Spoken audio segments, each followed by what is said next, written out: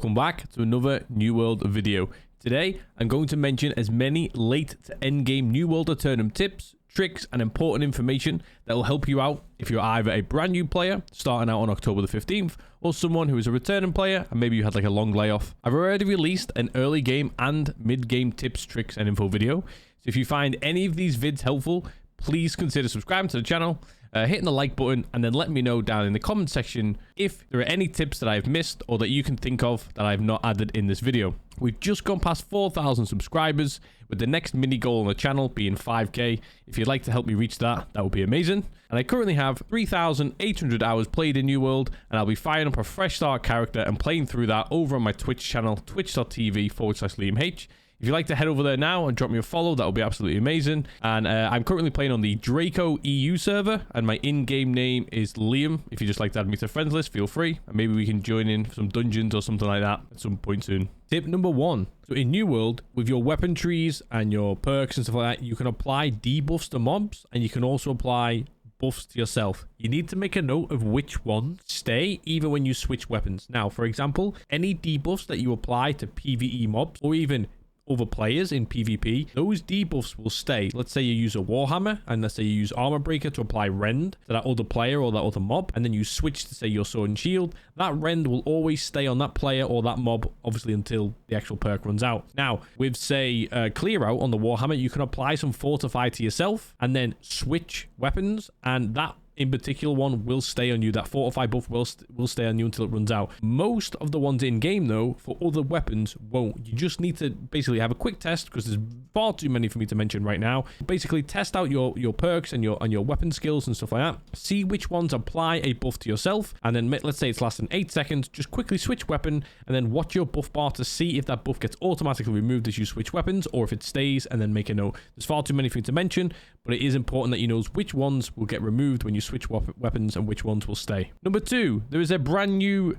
10-player raid added to New World Aeternum. It is called Hive of the Gorgons. You can get several endgame items that are really important for upgrading your gear to 725, such as the Hive of the Gorgons token, the Gorgonite Inductor, the Gorgon's Eye, and Gorgon Essence. These are, like I said, all used to get your gear up to 725 gear score. Tip number 3, New World is like most MMOs.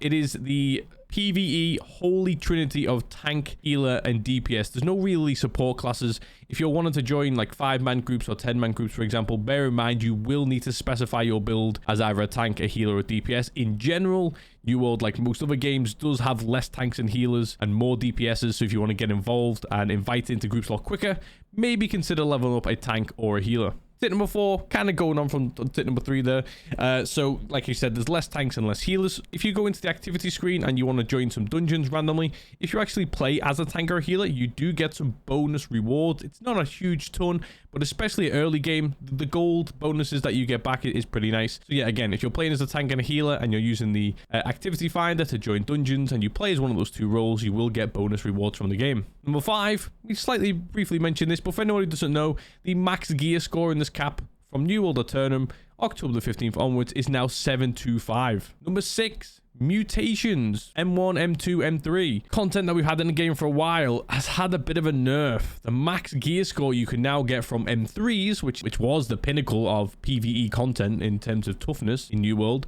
is now 675. So this kind of makes it like not really full end game anymore, but still maybe a decent way to bag some gear at 675, and then later on you can move your way up towards 700 and 725. But bit of a shame that New World have done this, in my opinion. Tip number 7, threat and taunt and stuff like that, but threat, more importantly, has been increased from heavy attacks, blocking. The sword and shield build has a lot of upgrades in there in terms of more increased threat. So if you're tanking with a sword and shield, it's going to be a heck of a lot heavier.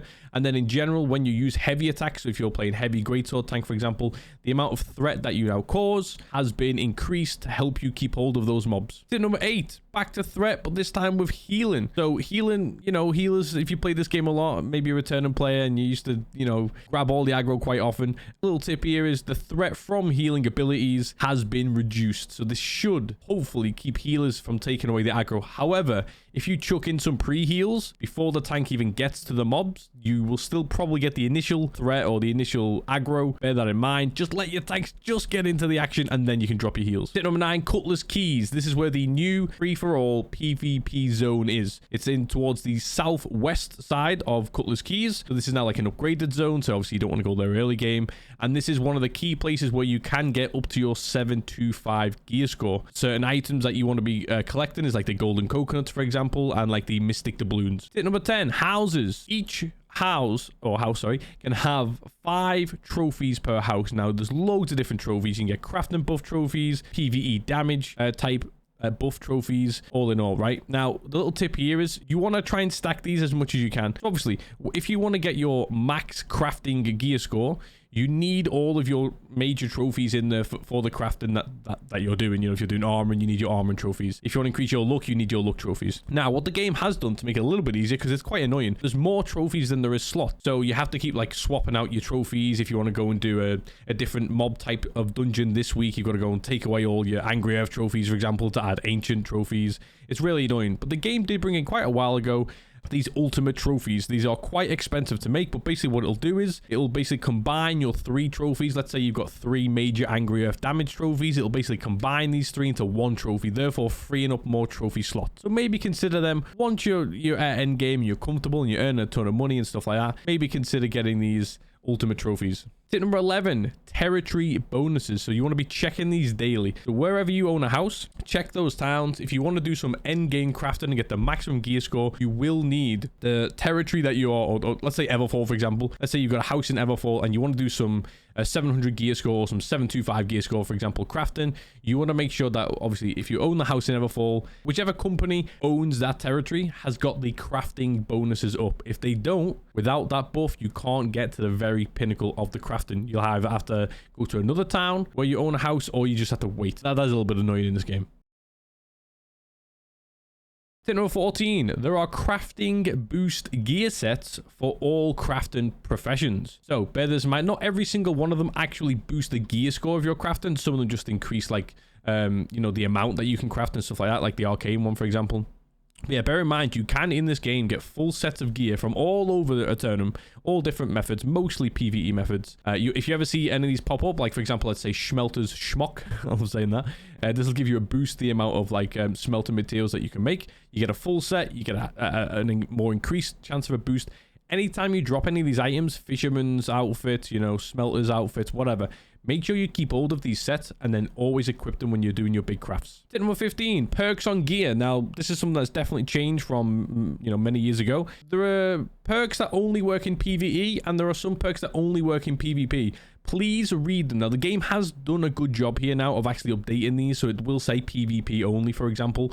But the tip here is please read the perks on your armor and weapons. Please don't think that you're going to be getting a certain, you know, debuff or buff or whatever against, say, PvP players, but actually it's a PvE only perk. Same if it's the other way around. Please read it. If it says PvP only, don't be going into dungeons thinking that you're going to be getting these buffs. This may sound like an obvious one, but I swear people overread this all the time. Tip number 16, PvE damage types. So we did speak in one of the previous videos about your white numbers, your yellow numbers, and your orange numbers. I think we made that in the early game vid, so if you want to check that one out. But basically, there are also elemental type gems as well. Now, I want to briefly speak about this, but not too much because I don't want the video to be too long.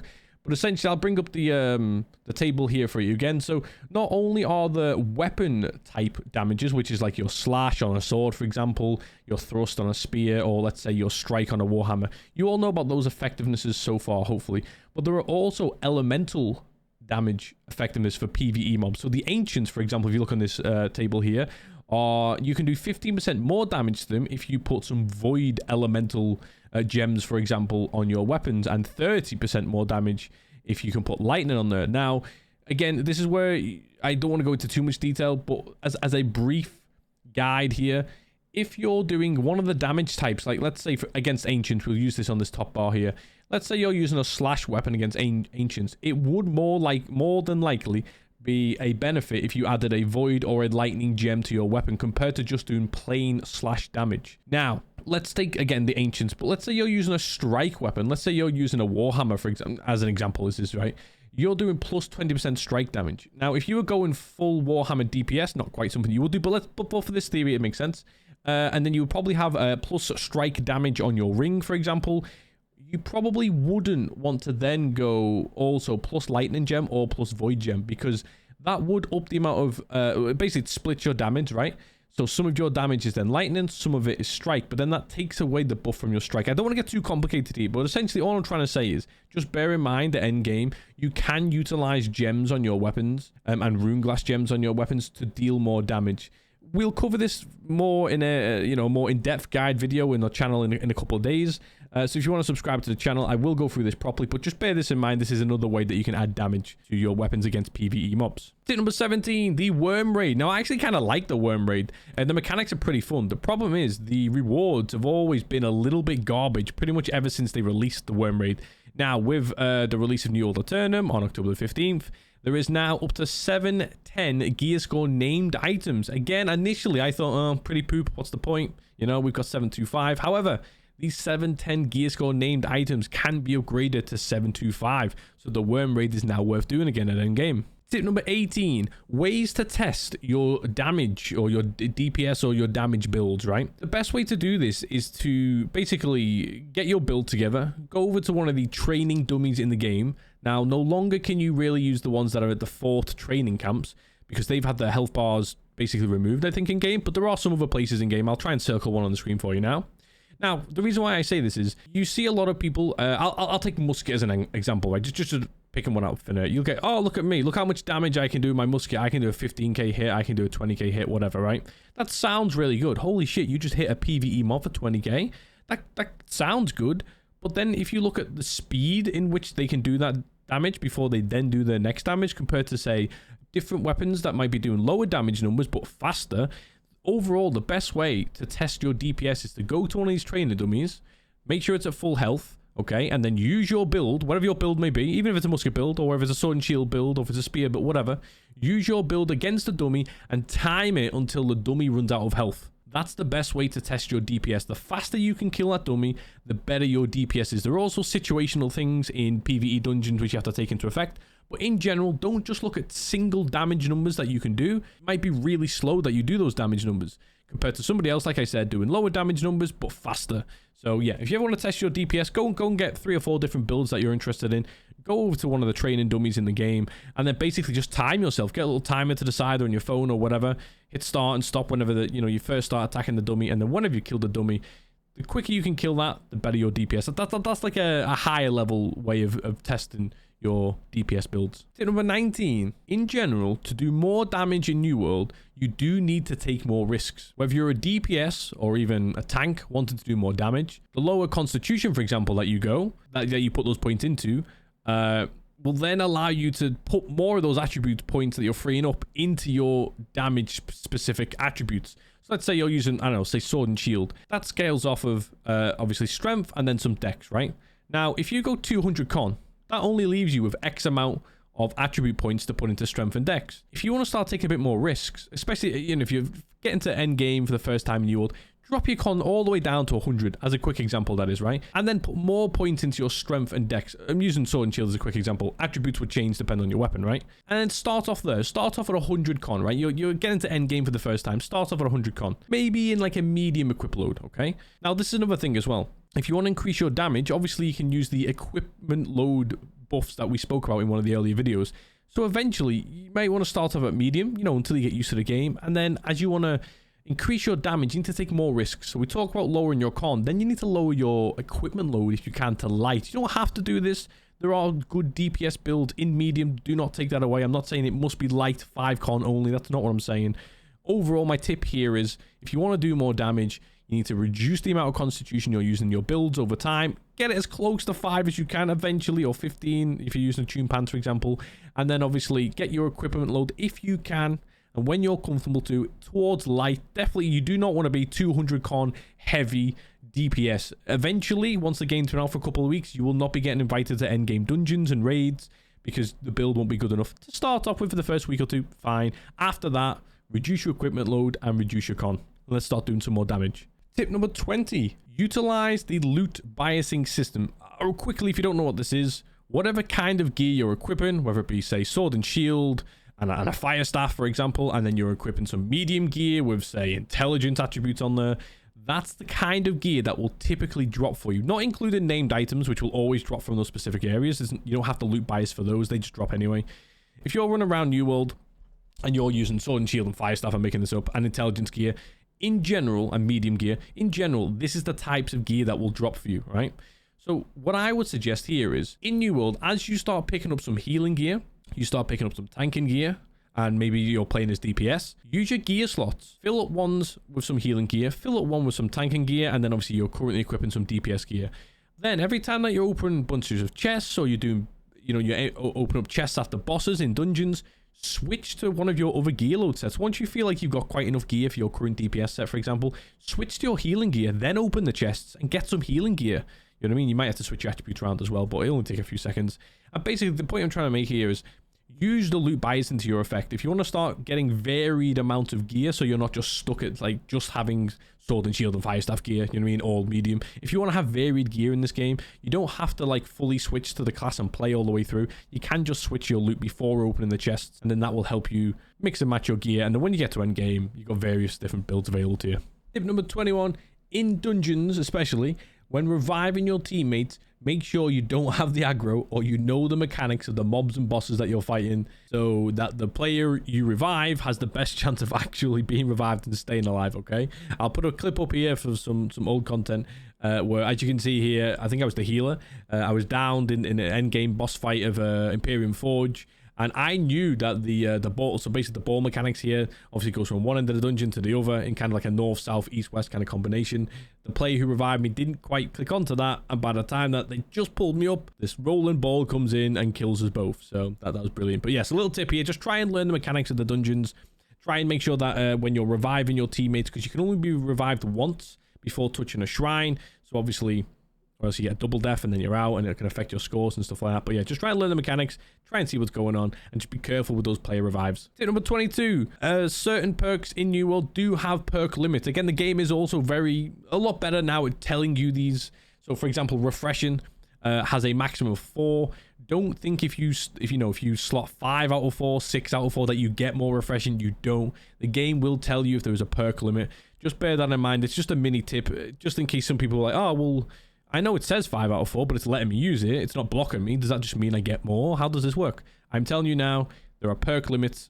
For example, refreshing is the easiest one. 4 out of 4, do not go past those perk limits. Tip number 23, weapon-based perks are more effective or stronger, however you want to look at it, compared to that weapon perk being on the armor. And also, you cannot combine these to stack them, okay? So for example, let's say there's a weapon perk and it says, plus 10% fire damage, right? If you put that, if you get that perk on your weapon, it'll probably say plus 15% fire damage. If you get that exact same perk, but it's on your armor, it might say plus 8% fire damage. This is like a quick example, right?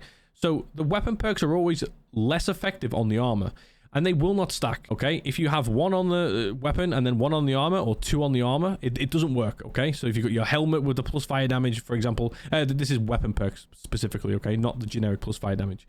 And yeah, they won't stack, so just bear that in mind. You want to find out what your most effective weapon perk is for your build. Try and make sure that's on the weapon. All of the other weapon perks that you want to have in and around your build can then be on the armor. Number 24, quick one here. Do your daily endgame crafting, okay? You'll see this once you get to level 200 crafting and then 250 crafting. It'll unlock a certain amount of materials in smelting and in tanning and all this kind of stuff. Try and keep on top of these daily if you can. The reason why is NewWorld has a habit at the moment of making you need like 90 of this or 150 of this certain materials. And sure, you can buy them off the market, but if you're the kind of, penny saver there and you want to make it all yourself, you can only make like a maximum, say, for example, 10 of each stack a day, unless you get bonuses from having your, smelting gear on, for example. So yeah, mini one here. Try and do your daily crafts every single day. Even if you're not a huge endgame crafter, you can sell them. If you are a huge endgame crafter, making these dailies will save you a lot of money and it will help you in the long run. Number 25, similar to number 24, but make sure you're doing your weekly content, okay? Now, there's various different weekly content in the game. You've got like the raid, for example, which is a brand new raid. This is Hive of the Gorgons, which you can do 1 a week. You can get well, you can get one reward from it a week. Something like the Winter Forge and stuff like that, you can do that a couple times a week. Try and do your weekly content, especially PvE weekly content, as often as you possibly can. Hit that cap for the week, because again, like we said about tip number 24, the game has a habit at the minute. If you want to craft like the best item in game, you need a certain amount of tokens, but you can actually only get one of these tokens per week, but you need 7 of them. And it's like, oh, well, it's going to take me 7 weeks. It's going to take you even longer if you don't do the content weekly. So try and keep on top of that if you can. Tip number 26. Once you start getting an end game, once you start getting gear anywhere above sort of 675 in my opinion, maybe above 700 now that we're getting into this New World Aeternum, save all of your 3 perk gear. Okay, the reason why I say that is right now, if you're a returning player or you're somebody who's brand new to the game, you don't quite know which 3 perks are BIS, which 3 perks are decent, which perks are dead. So every time you get something above 675 in my opinion now that has 3 perks on it, you're not 100% sure if you're going to use it or not, just save it in one of your storages. A mini tip here next to it is, remember which one of your storages it is. Keep all of your light gear in one storage, your medium gear in another storage, and your heavy gear in another storage, right? 3 different storages. Save all of the 3 perk gear in there, and I guarantee you at some point later on in game, you'll be like, oh, this new, these 3 perks are now BIS. Oh, no, I salvaged one of those thinking it was rubbish. Now you saved it. Later on, it will come in handy. And also, it's not even a big task, because later on in game, once you do learn what perks are good and what perks are bad, all the bad ones you can just quickly salvage, and it won't take you much time. Number 27. At end game, especially in end game PvE dungeons, make sure you try and do the following, okay? 1, make sure that you've got your mob type ward potions. Okay, these normally last the entire dungeon, and they will reduce the amount of damage that you take from the PvE mob type, like ancients, for example. Number 2, you can actually now use gemstone dust again. So for example, previously you would use your ward potion, which lasts the whole dungeon, but then if you use the gemstone dust, which only lasts for a couple of seconds, it will then wipe off your ward potion. New World Aeternum, that's now changed. So at the start of your dungeon, you can use your mob type ward potion, which should last you for the whole dungeon, unless you're taking ridiculously long in there. Now, as you're coming up into mini little battles, when you learn the mechanics and you know some elemental damage is coming, you can now pop gemstone dust again. So have some of them in your hotbar there, and you can pop gemstone damage to reduce the amount of damage, elemental damage that you're receiving. 3 in here as well, use ward coatings on your weapons. Now, again, something that's changed in New World Aeternum, which is a nice little change. So, for example, let's say you're playing Firestaff Ice Gauntlet, but then halfway through the dungeon, you want to change to, I don't know, Firestaff Void Gauntlet, right? At the start of the dungeon, you would have applied the coating to your both weapons. So that's 2 pots, 1 pot each. That's 2 pots. And then halfway through the dungeon, if you wanted to switch your Ice Gauntlet for Void Gauntlet, you then have to put another pot on the Void Gauntlet. And then if you switch back later on again, you got to reapply your coatings. Now you don't. Now if you apply, they work a bit like honing stones. Now if you apply your weapon coatings, so let's say ancient weapon coatings to do more damage to ancients, whichever weapons you switch to, whilst that buff is active on your hotbar, they will all have that boost on there to help you do more damage. 4, obviously you want to make sure that you've got the highest tier health pots, regen pots, or even the regen serums are pretty good. And then finally in number 5 in here, you want to make sure you got the honing stones as well. Now again, if you're going for absolute elite sweaty runs, you probably want to be using tier 5. If you're just wanting to do a bit more damage as you're getting comfortable in endgame, anything from tier 2, tier 3 upwards is fine, just to boost that little bit of damage. And then finally, tip number 28, artifacts. One of the biggest things that, or freshest things that New World has added in this game over the last year or so. Just a bit of tips in here. If you're theory crafting any of your builds that include artifacts, just bear in mind you can only have 1 artifact per genre of slot. Okay, for example, your armor, your jewelry, and your weapon. However, shield actually counts as armor. So if you wanted an artifact sword and an artifact shield, you could do that. Obviously, then you can't slot an artifact armor. So just bear that in mind. Artifacts as well come with these extra perks. That's what makes them artifacts. They're not just 3 perkers. Some have got 4 or 5 or 6. Usually there's always one sort of like meh perk in there, just to kind of like keep a bit of balance. But artifacts are pretty useful, and 99% of builds out there will have all 3 artifacts in play. So bear in mind, you do want to probably collect these at endgame. And that brings you to the end of my endgame tips, tricks, and guide and info video, whatever. You get it. I just want to say thank you for watching the video. If you found it helpful, let me know in the comment section down below. If there's some more tips and tricks in there for endgame that you'd like to add that I've not added, I didn't want to keep the video too long. There's 28 versions in here that I've added. Comment section down below. Let's use that for that. Let's help each other out. Let's give out as much. And then, like I said, guys, subs and likes and all that kind of stuff would be amazing. I would genuinely appreciate it if you think that the content's worth it. I am going to plan to bring out even more content over the next couple of weeks, so do stick around this channel. And if you want to come and watch me play New World Aeternum live, twitch.tv/LiamH, and I'll see you in the next one.